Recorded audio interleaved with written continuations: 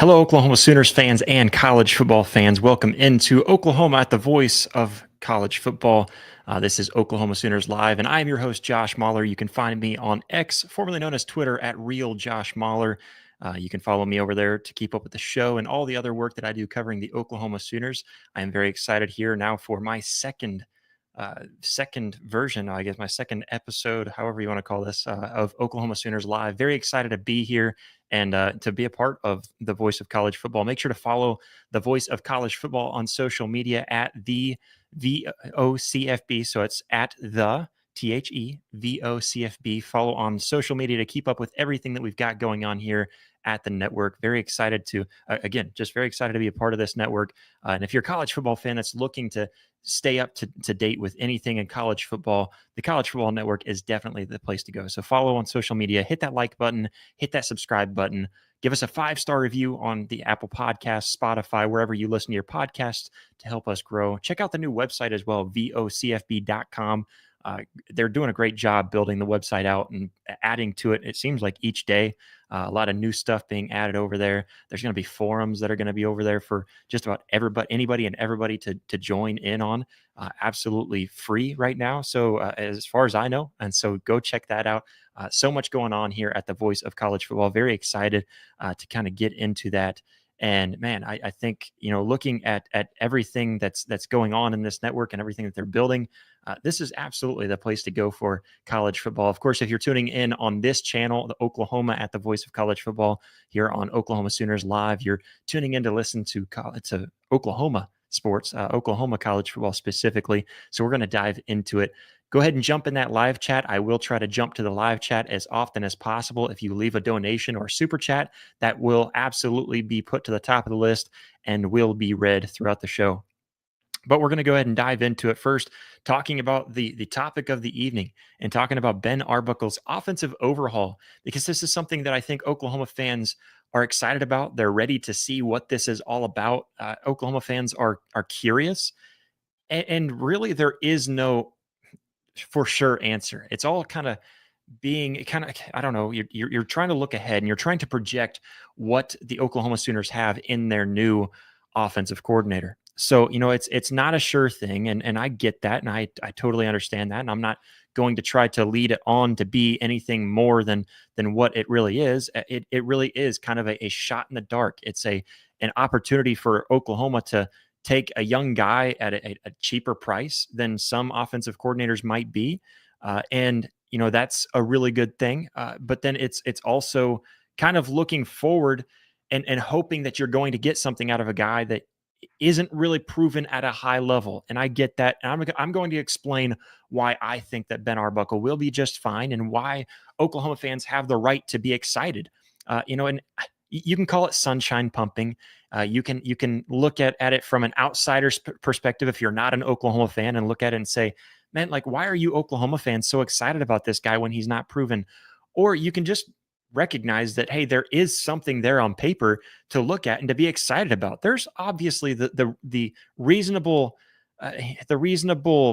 doubts that you might have. The fact that it was just Washington State and Western Kentucky where he's gotten his experience before. He's not really a known guy in a big-time Power 4 conference. So why are we getting way bent out of shape about this guy? There's a reason to have that excitement, okay? So you can keep that skepticism to yourself. Share it in the chat if you want me to go over it. Like I said, I will be getting to the chat, but let's go ahead and get into it. Like I said, hit that like button, hit that subscribe button if you're watching on YouTube. Help us keep on growing here on YouTube. But let's get into it. Ben Arbuckle's offensive overhaul here at Oklahoma. What do we have to look forward to with Ben Arbuckle coming in at the helm on the offensive side of the ball? First of all, I will say that he does have a proven track record.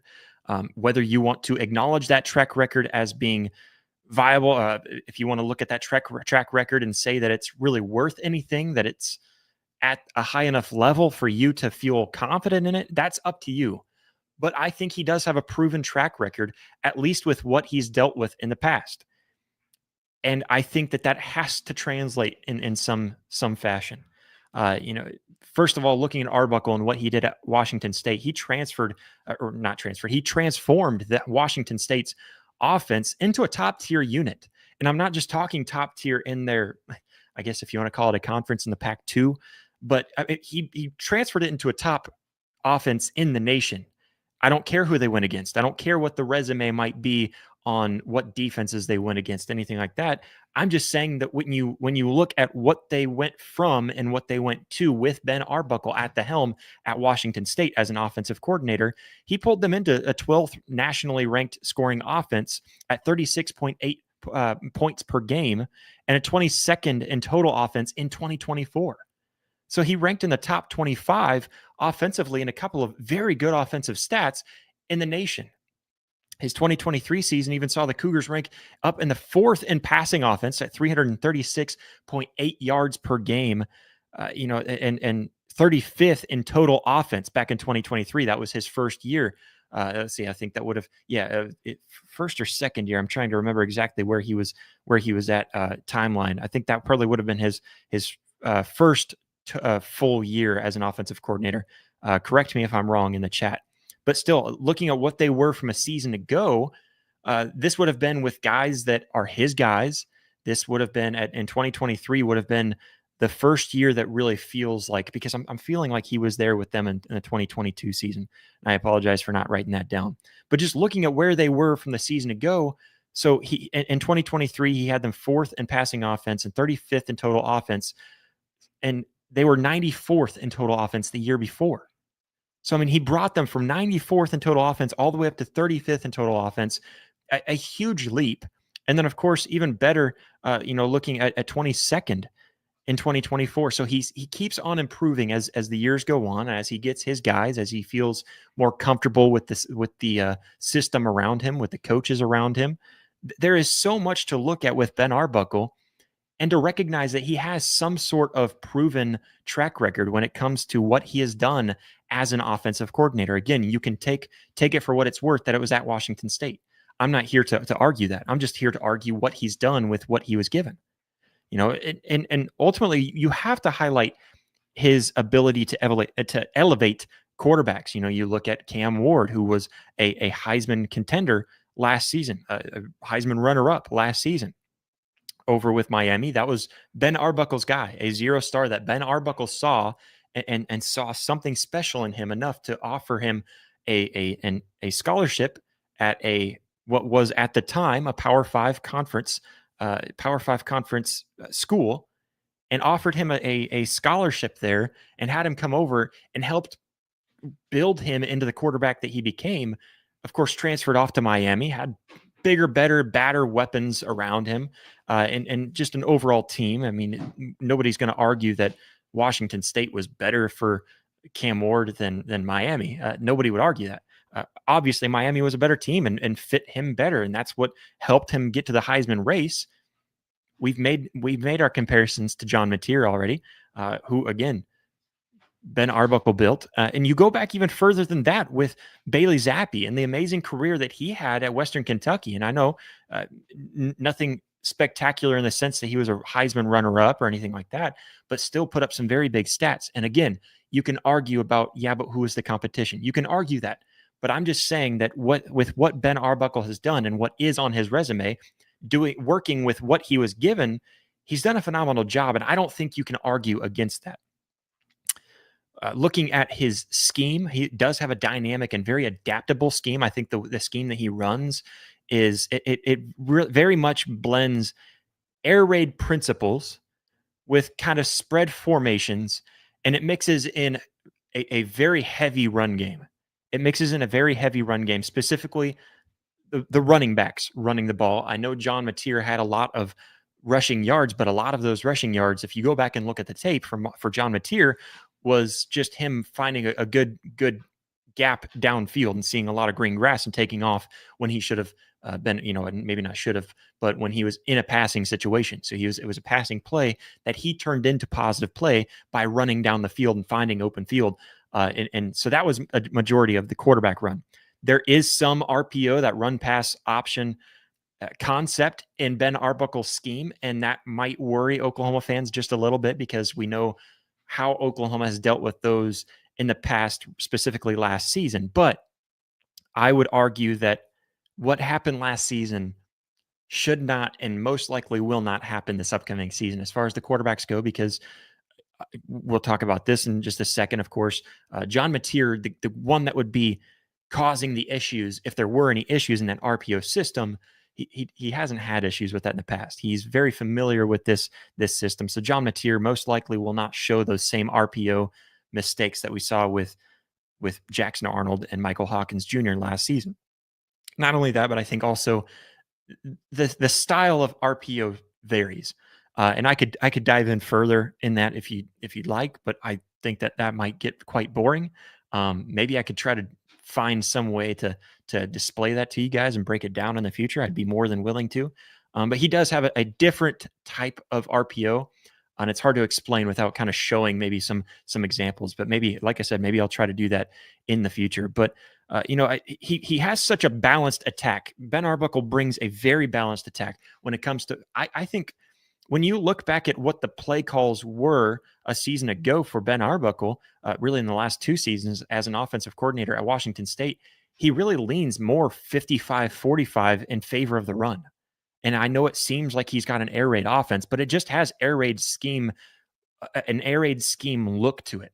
It's very spread out. It's got the speedy, fast, even smaller, speedy, fast, tough receivers out there, which Oklahoma has right now. You've got Deion Burks. Hopefully Isaiah Sategna is fine. Hopefully Giovanni Gibson is healthy, and hopefully we see something from Jaden Gibson. I haven't heard any updates on him.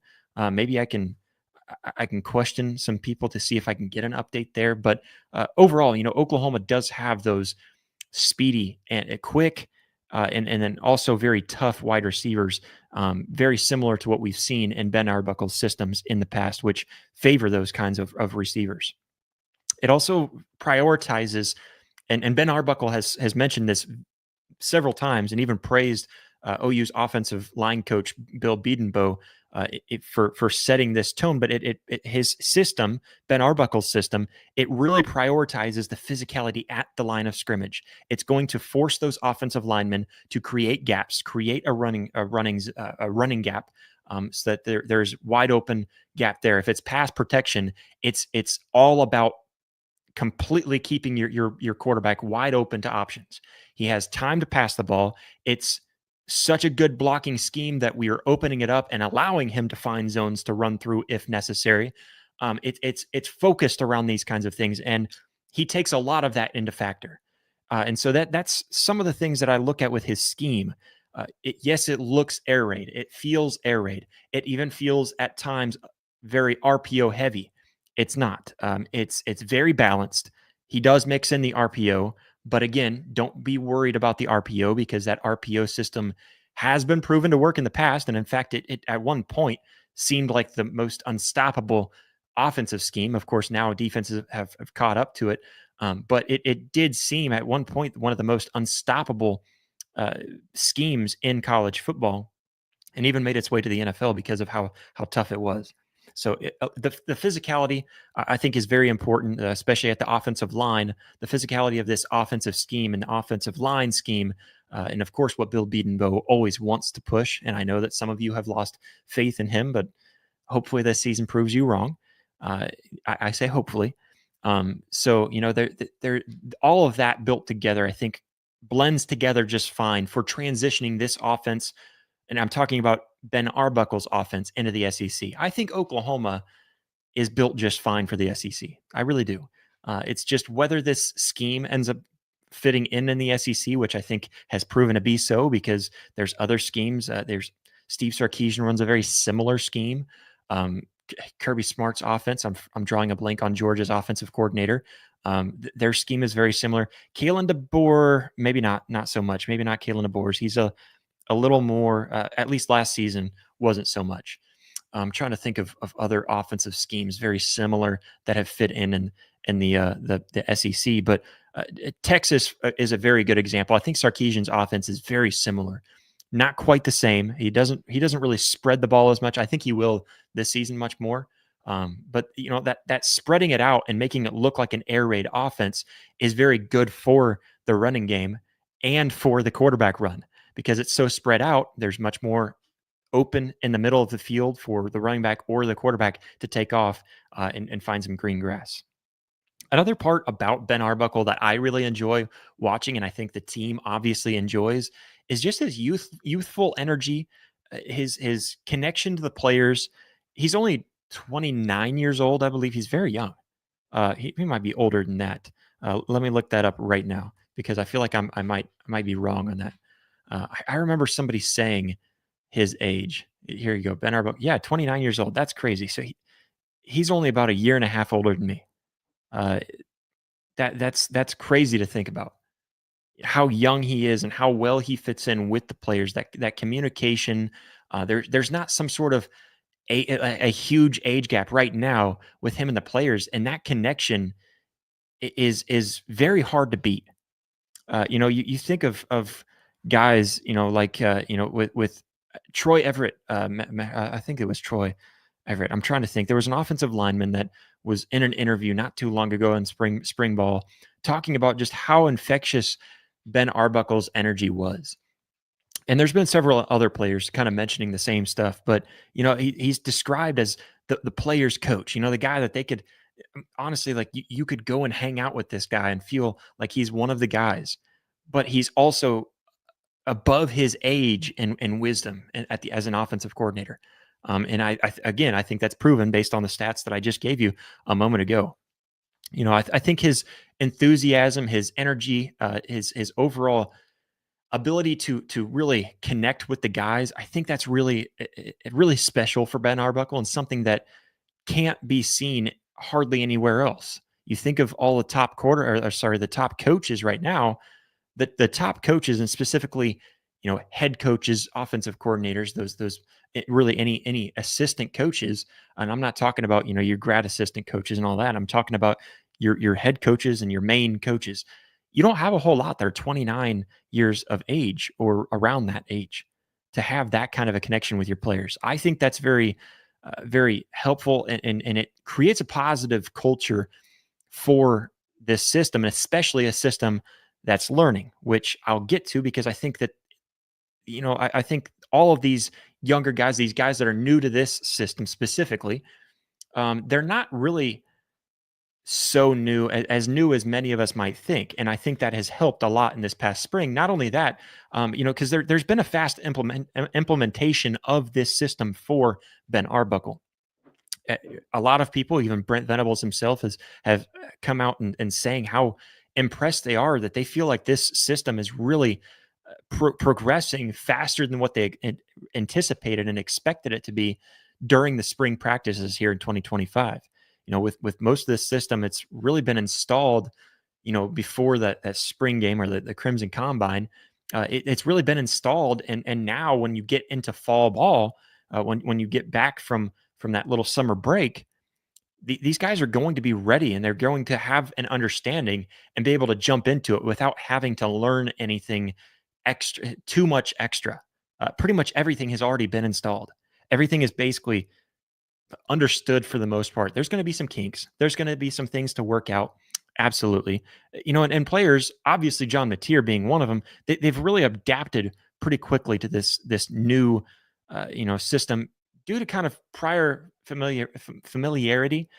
Because again, it's not that much different of a system. There's going to be different plays. The plays are the biggest thing for a lot of the returning guys. Of course, the offense, I guess you could make the argument that there's a lot of new offensive players, which is why Oklahoma fans should be excited about that. So I'll hear you out on that. But overall, I think with Ben Arbuckle's guidance, that connection with the players, and then of course John Mateer being there with them, that's something that Oklahoma fans have to feel extremely comfortable about. And Oklahoma fans should really feel like that's a huge step up in the game. The fact that their coach is there teaching along with the quarterback who already knows it, which is the most important thing. If the quarterback understands the system, everybody else is going to fit in their roles just fine. The quarterback is the hardest position to learn when learning a new system because you're having to learn everything. If you're a quarterback, you have to know where each one of your offensive line is going to be.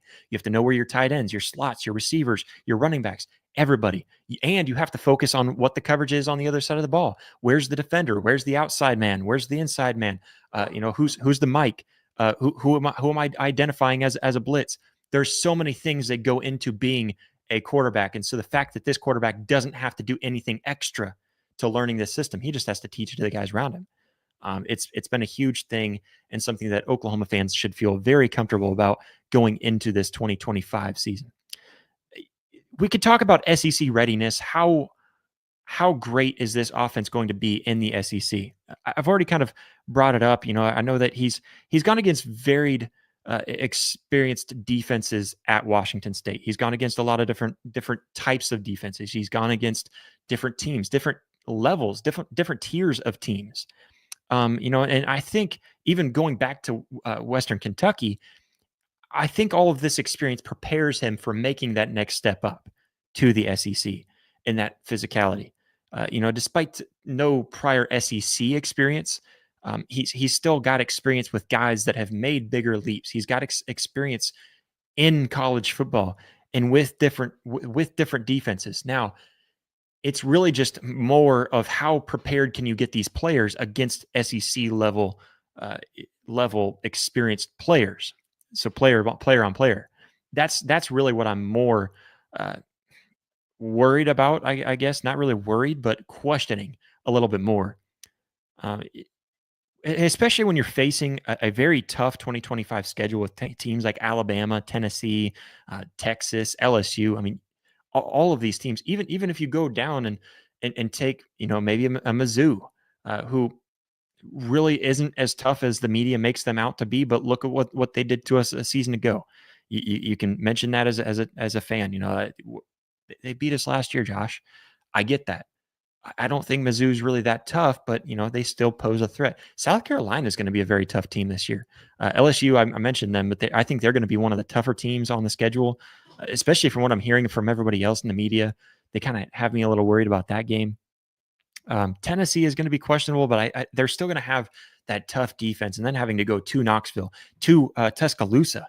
So with this, it's going to take a lot of creativity in play calling. That's one thing that Oklahoma has to look forward to and question. You have some concerns there going into the SEC. Is Ben Arbuckle and this offense going to be ready for the SEC? We can have that discussion.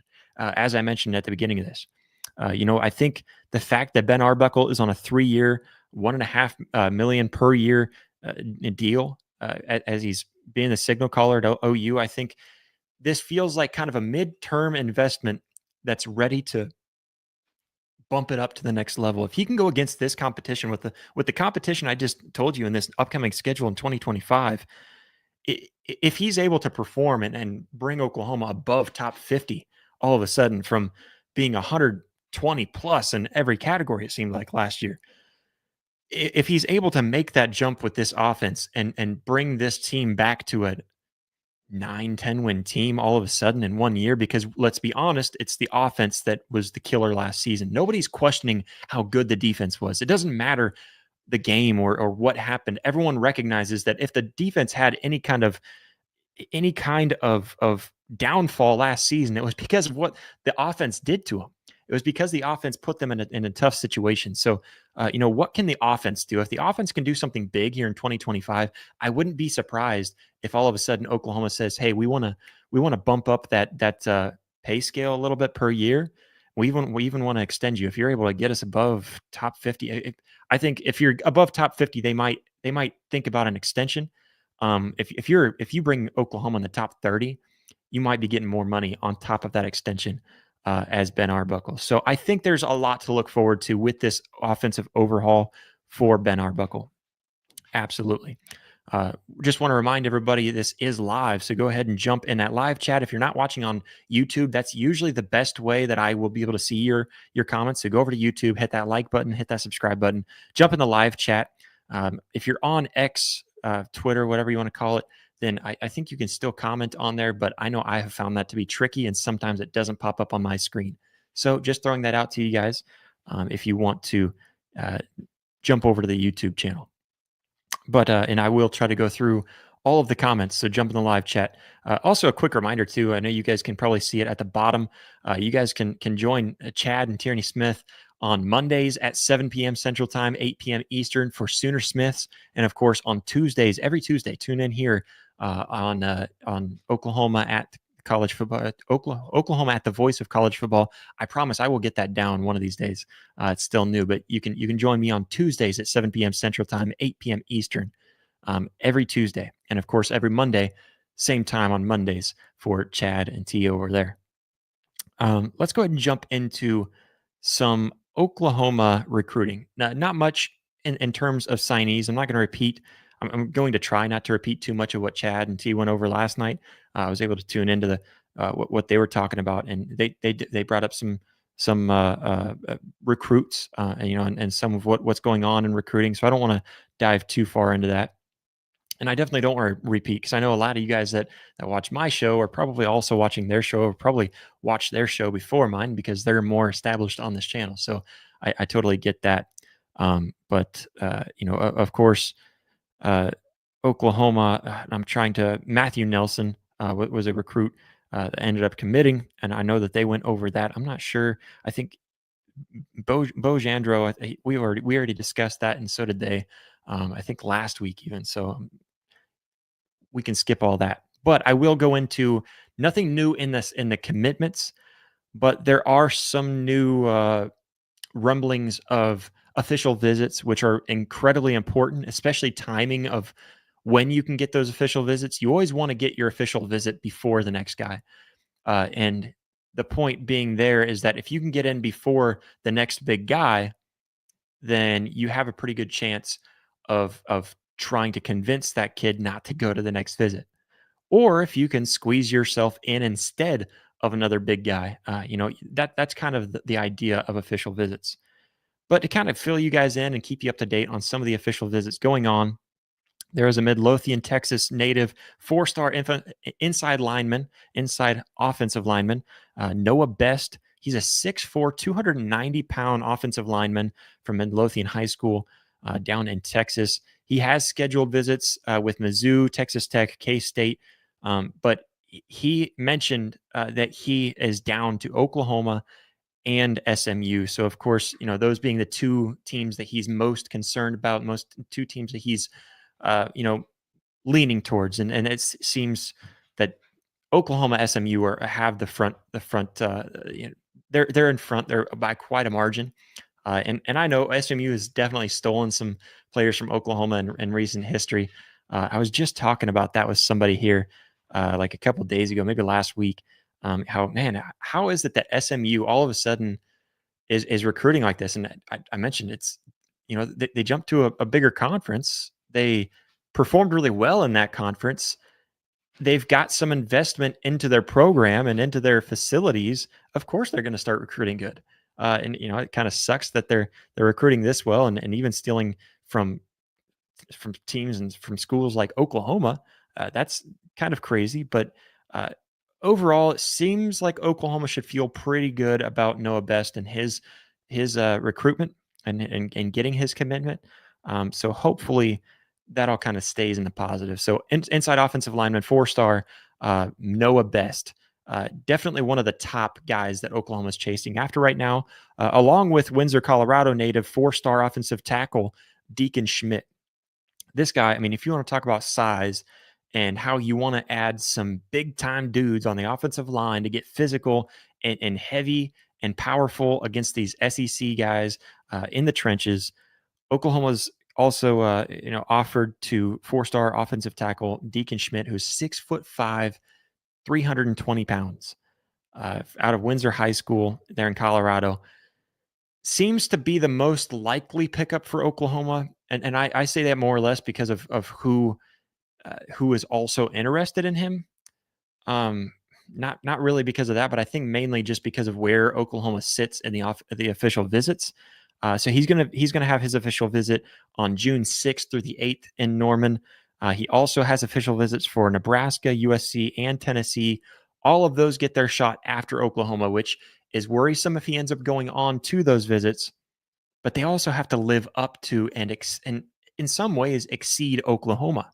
Like when you go to visit a school, a lot of times, not all the time, a lot of times, like, man, that was the first big one you saw, and like that was the one that really stuck with you. Now you have to try to convince me otherwise. So, that's something to look at with uh, the timing of your visits. So Oklahoma gets an official visit out of Deacon Schmidt from June 6th, 7th, and 8th. So he already did have a visit at Colorado, and he's also going to go to Alabama, I believe, this weekend. So that's something else to take a look at. And overall, I think Oklahoma can feel pretty confident. Uh, I think they can feel pretty confident. With this recruitment, it's one that you're definitely at the top of the list, but you've got teams like Nebraska who seem like they're pushing really hard. Of course, going to Alabama just before Oklahoma, as long as you can get them away from Alabama, you feel pretty good there, especially with Bill Bedenbaugh. He is a great recruiter. I don't care what you want to say, about anything else. He is a great recruiter. So I think looking at that, I think that's definitely something that Oklahoma can feel pretty good about the recruitment, just where they're sitting in the official visits. And hopefully they can close the deal in the middle of all those visits. Getting it before Nebraska, USC, and Tennessee. That's really big, and it seems like Oklahoma shouldn't have much competition with Colorado, even though that is his home state. Maybe I'm wrong there. Alabama seems like the one that I'm most worried about coming up this weekend, because again, you have to try to convince him otherwise after going to Alabama. That's pretty big. Also going on to El Paso, Texas, 4-star running back. That's right. Oklahoma has another 4-star running back on the radar. 5'11", 190 pounds, kind of a short, stocky, fast receiver, or not receiver, running back. Kind of a quick, jumpy running back. I was looking at some of his tape earlier today. I like what I see out of him, and he seems like an SEC style running back, especially if you were to able to pack on good weight, but still keep that speed, or vice versa. Just don't worry so much about weight. Just keep that strength and get some speed out of him. That would be very, very big. But he comes out of El Dorado High School. Like I said, 5'11". Basically, call him 6 foot. Help the guy out. He's 6 foot, 190 pounds. He's working on scheduling a visit with Oklahoma right now, and it's not really clear when that's going to be. That's definitely something I'm going to keep my eye on him, because I think this is the guy to really watch, outside of another 4-star running back who I've already mentioned, and I'll mention here again in just a minute, just because a little bit kind of updates on the other running back that we're looking at for Oklahoma. But Michigan offered shortly before Oklahoma, and Alabama's been kind of in the mix for about the last month or so. And so Ryan Estrada also has, and I'm not sure if I even mentioned his name, so I apologize for that. But Ryan Estrada, 4-star running back out of El Paso, Texas, he also has visits with Mizzou, Wisconsin, and Minnesota. I forgot to look up when the dates of those visits are, but if Oklahoma could get in the door in the middle or even at the beginning of all those, I'm not sure if that's possible or if that's something they're able to work out. But that would be very big. So Mizzou, Wisconsin, Minnesota, and then of course, like I said, Alabama kind of in the mix, and so is Michigan. Alabama, Michigan, those are two that you really have to worry about. Wisconsin too. I mean, Wisconsin's got running backs, dating back, thinking Melvin Gordon. Trying to think, Jonathan Taylor, right? Am I thinking that right? Is he from Wisconsin? So definitely some names in there to take a look at. Minnesota's been pretty good recently with running backs too, but it still kind of seems unsure for Oklahoma. This isn't like a sure lockup. This is a guy that Oklahoma wants to start pressing on maybe a little bit harder here in the upcoming months. The upcoming month or so. Trying to get an official visit. Also, I'm going to give you a little bit of an update on the 6 foot, 205 Raymore Peculiar High School 4-star running back to Zephan Walker. I did bring up a kind of a mention about him, I think late last week, but he does have an official visit that's scheduled for Oklahoma in June 13th through the 15th, where he actually canceled his visit to Notre Dame. Again, Notre Dame is a big school to draw a running back away from. Canceled his visit with Notre Dame to Zephan Walker to come to Oklahoma that same weekend. So he's going to be at Oklahoma June 13th through the 15th. Hopefully good news comes after that official visit. or at least some good hope, some high hopes after that visit, because they're not always going to commit right away. They're going to try their luck at other places and see. But a lot of times, what you'll see is I'm feeling really confident about Oklahoma. Somebody's gonna, like I said, somebody's gonna have to convince me otherwise because Oklahoma's feeling good. That's what we're hoping to hear after that official visit on June 13th through the 15th, opening weekend of the College World Series. I might add. I'm excited for that. But anyways, the Sooner staff did go to an in-home visit last week. I believe that was last week now. So this was DeZephan Walker's first face-to-face interaction with DeMarco Murray, which was really big.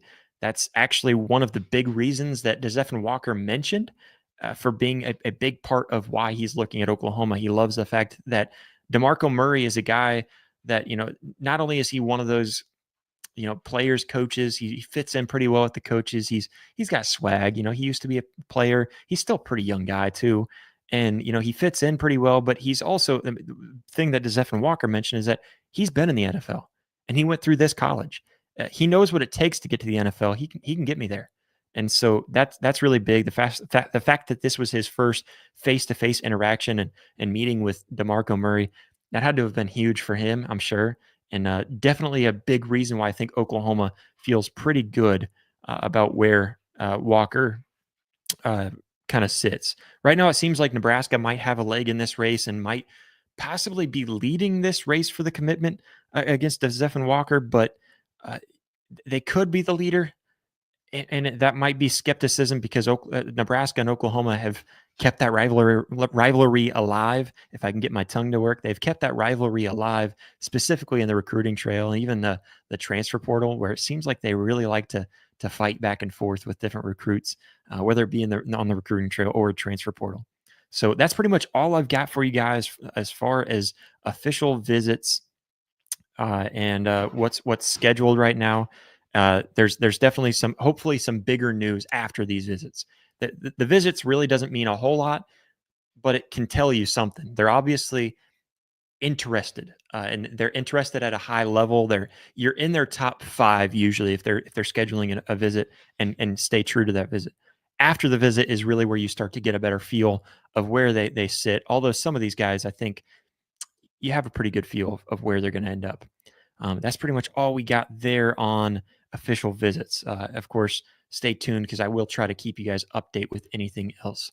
Not really active in the chat, you guys. So I'm just going to kind of go through here real quick. I do see Sooner Cowboys, a resident of mine. He says, OU men's golf sent home by Oklahoma State. I know, man. I was tuning into that. I had it playing in the truck when I was driving today. Screen off. I promise. It was in my work truck, so I had to. But yeah, I was trying to listen in on that a little bit, and yeah, that sucks. But to make it that far is an honor. They were in the top 4, so that was definitely huge. Proud of the men's golf team. They're a lot of fun, and so I've mentioned this several times on X, Twitter, whatever you want to call it, and I really wish that they would make Oklahoma golf easier to watch because I'm an avid golfer. Actually got a golf set right there. That's not an active set. I'm a lefty. That's a righty set. I just thought that the set looked cool. It's kind of an old vintage bag, kind of older rusty clubs, and it looked cool. That's why I put it in my backdrop. It's literally just decoration. I usually use it for decorating the garage, but it decorates in the studio now. But yeah, I love golf.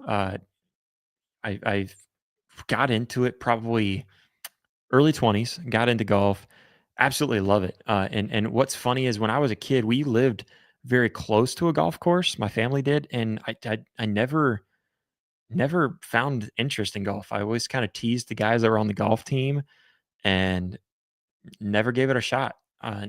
Ever since I tried golf, I was like, holy moly, this is a hard sport, and it's the most difficult sport out there. There's just way too many variables. I was trying to explain to my dad. He asked me, what causes the ball? Because I said something about slicing it. For me as a lefty, and my slice goes off left. He says, what causes a slice or a hook? A draw, whatever you call it. I was telling him, well, it could be this, could be that, could be this. There's so many variables, and then of course he's a big pool player, billiards, whatever you want to call it, and he he was kind of explaining it as that way, but he's like, but golf seems even harder because you have, the contours, and you have hills to watch out for. You have thickness of grass you have to pay attention to. Of course, you might land in a bunker, and then you have wind and other elements going into it. I mean, it plays different. I told him it plays different if you're playing early in the morning, in the morning dew. There's so much to golf, and so I enjoy golf quite a bit. And so I wish we'd be able to watch Oklahoma men's golf a little bit more, especially on the weekends. Like this past weekend would have been great to watch a little closer with, a 3-day weekend for Memorial Day, 4-day for myself. I get lucky like that. But yeah, it would have been a lot of fun to be able to follow them a little bit closer.